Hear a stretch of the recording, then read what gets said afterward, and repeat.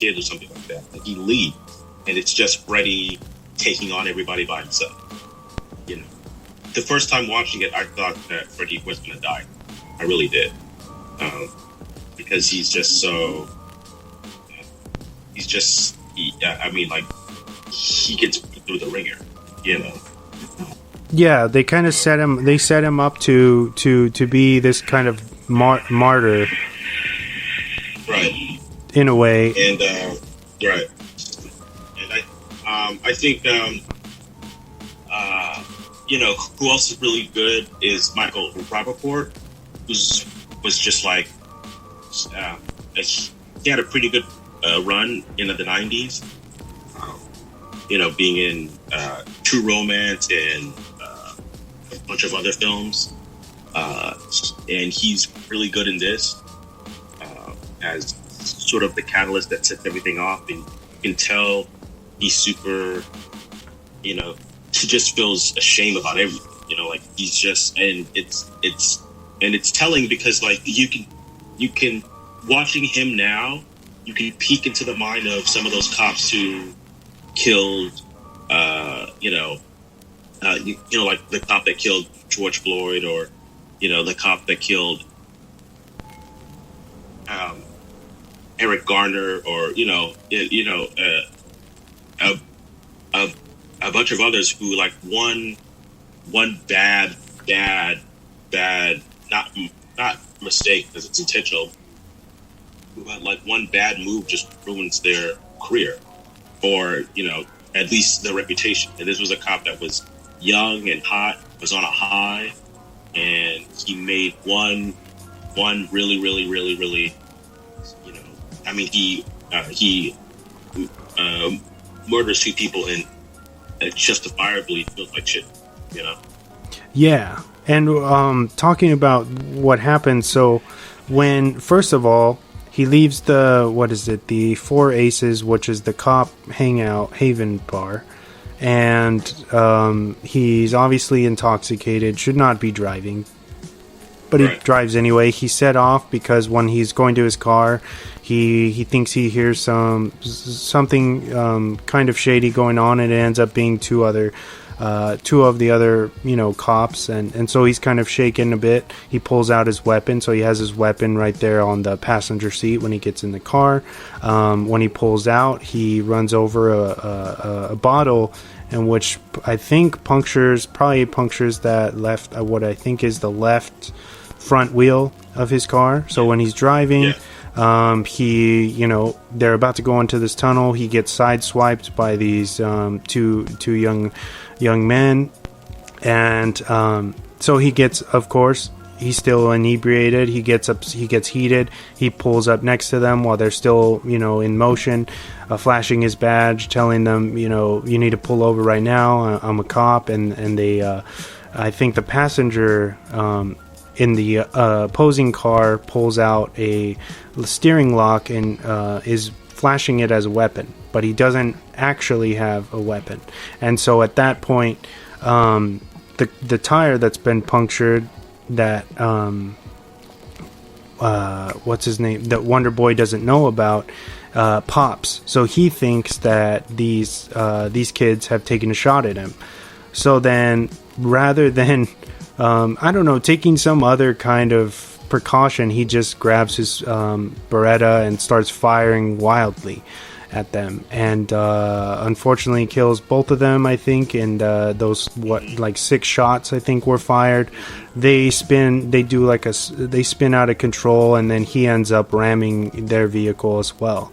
And then, you know, when they cut to the paramedics and everybody there, you can tell that Wonder Boy or Rappaport knows that his life is over one way or another. Like, that's a irreversible, you know, you can't cover this up type of thing, because he, you know, I think they mentioned that he was like a hero cop, that he supposedly saved all of these black kids, and, you know, and this was just going to diminish his credibility to the lowest. And that's when they staged which is pretty insane that they were able to get away with this, but they staged the suicide on the bridge somehow. Right.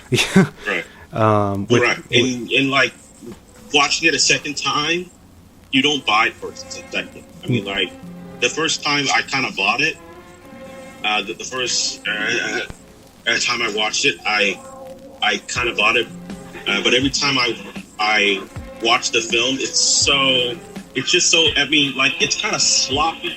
You know what I mean? Like, it's so sloppy the way that they haphazardly do this. Like, they try to frame the guys by putting the gun.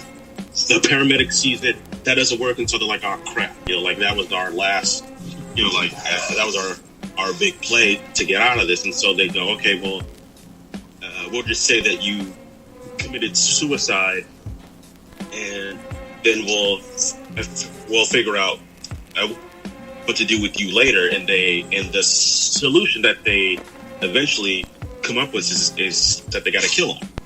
Like, that's the solution that Keitel and Robert Patrick eventually land on, is that they got to kill the cop. Wonder Boy, I think they call him. They refer to him. Yeah, and they got to kill him. And so once that happens, his aunt gets involved, and that's around the time that Stallone is kind of fed up with all the corruption, and he goes to the aunt's house, and he, you know, where's Wonder Boy, and the aunt tells him, and then that's what kind of sets off the whole thing. And he goes, and then right after that, he goes back to De Niro and is like, hey, you know, I realize my time is going to shift, and I want to do something. And De Niro's like, it's too late. The case is closed. I can't do anything for you. Like, you had your chance to be a hero, you know, and you blew it, you know. And he's like, fuck it, I'll go at it alone. And then that's when Ray Liotta's insurance fraud, the thing goes south, and he's stuck because he can't really collect the money because the woman that he was trying to run away with ends up dying in the fire that he creates, and he's stuck there, and so they just band together to stop the cops. So what is a very, very, very Western type, you know, a shootout. Yeah, and it's, you know, it's super tense. It's super great. He gets Sylvester Stallone gets shot, and I think the ear that worked. Yes, in the year that when I think about seeing this, because I saw this movie when it came out on VHS back in the day, back in '97, right? And that's what stuck with me. Remembering this movie is towards the end, and we know his character is deaf in one ear, and they it's brutal shot. Yeah, they pretty much pin him down to the ground, and they figure out which ear is the good ear, and they shoot off the handgun right next to his eardrum, which then makes him completely deaf. And they use great sound design during the shootout from Freddy or Stallone's perspective to kind of show you that he has lost all hearing, and it's a terrible thing, but at the same time, it makes him maybe more powerful because this guy now has nothing to lose, and you know, right. for at least cinematic wise, there's nothing more dangerous than a man that just doesn't care anymore, you know, and that's why he grabs his shotgun, walks down the road to I believe Ray's house, and proceeds to gun everybody down that's there. Yeah, in a badass. And it just shows you how well. So, this is a bit of a tangent, but I swear it's relevant to this movie. So a subgenre of movie that I don't think gets made now is what I call the macho genre, which is a genre about like men. And like it's asking like all these sort of deep and sort of existential questions about like what it is to be a like man in society, and what manhood is, and like if that is even a thing. And like you used to get films like this all the time in the 70s and the 80s, and they kind of died off in the 2000s. And I think James Mangold is like one of the last few people. James Mangold, Catherine Bigelow, Ryan Coogler.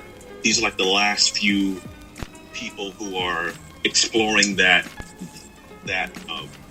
theme of what it means to be a man in society. And like if you look at, part of being a man is like, being in your a physical peak, like being able to do anything and to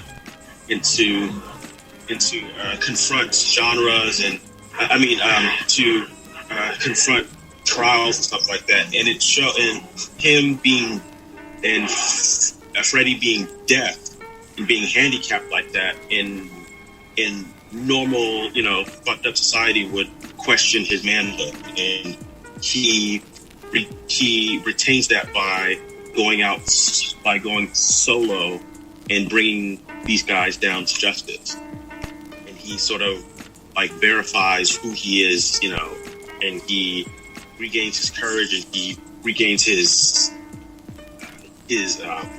integrity. Yeah, which is something that isn't explored, or if it is explored, it's like a back burner, to a theme, and I just miss those type of moments.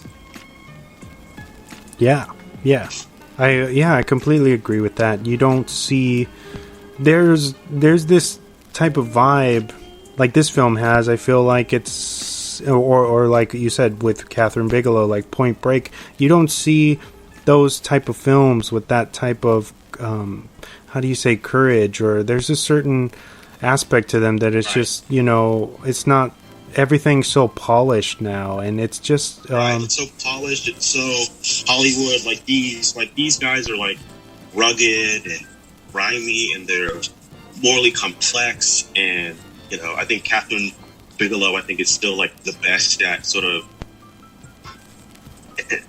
examining and deconstructing masculinity.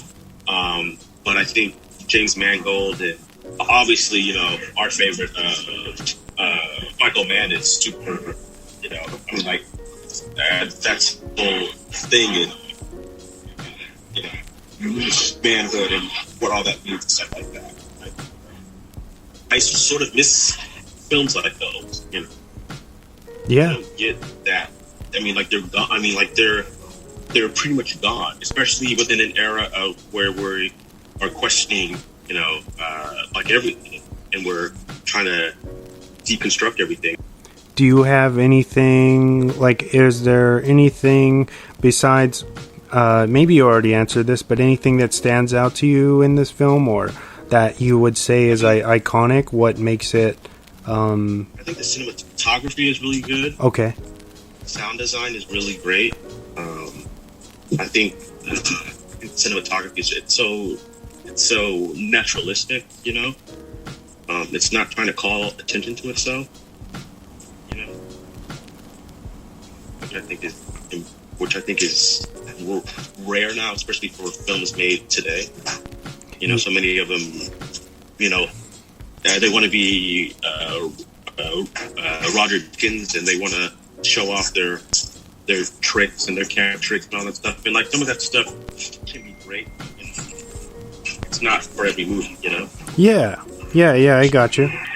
There is a griminess to this where the camera work suits it, and I think that it is intentional. And then there's a lot of great kind of simple details that I love, like Stallone just in his apartment alone listening to vinyl, you know what I mean, because he was kind of like a music aficionado, or he loved classical music, and before I forget this, did you notice they portray Stallone or Freddy's character as a smoker, but you never actually see him